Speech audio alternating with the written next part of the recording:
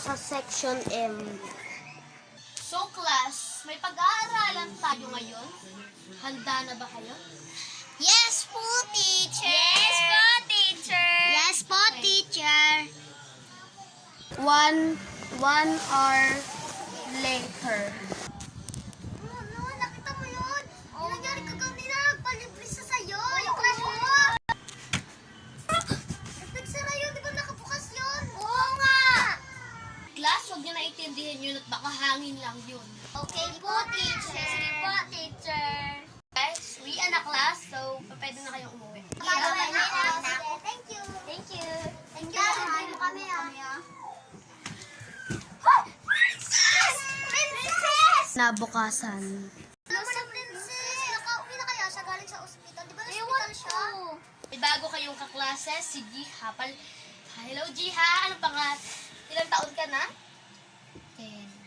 Nandito na ako. Prince, ako na pala bagong kaklase. So guys, ang principal ang sabi, wala daw po muna tayo pasok dahil may bagyo. So, uuwi muna tayo ngayon. 5 hours later. Ay, naku.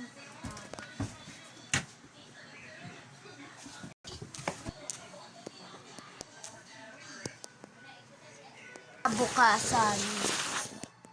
Ni Gio, di ba yung nakaraang araw lang siya lagi nauna sa ating dumating dito? Oo nga. Bakit? Bakit hindi na pumapasok? Ano kaya nangyari doon, no? Ano naman itong mga chismosa na to?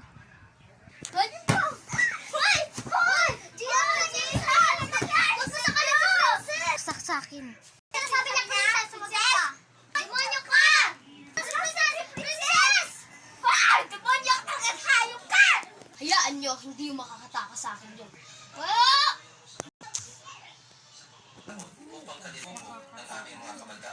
Anong nakatakas, no? Sumama ka sa akin. Sige. Go. Ah! Ah! Ayan! Ah! Tama na yung kasamaan mo. Ah!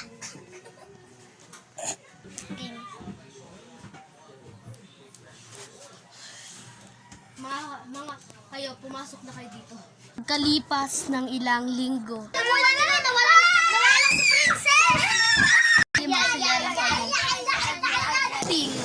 Waiting for part 2.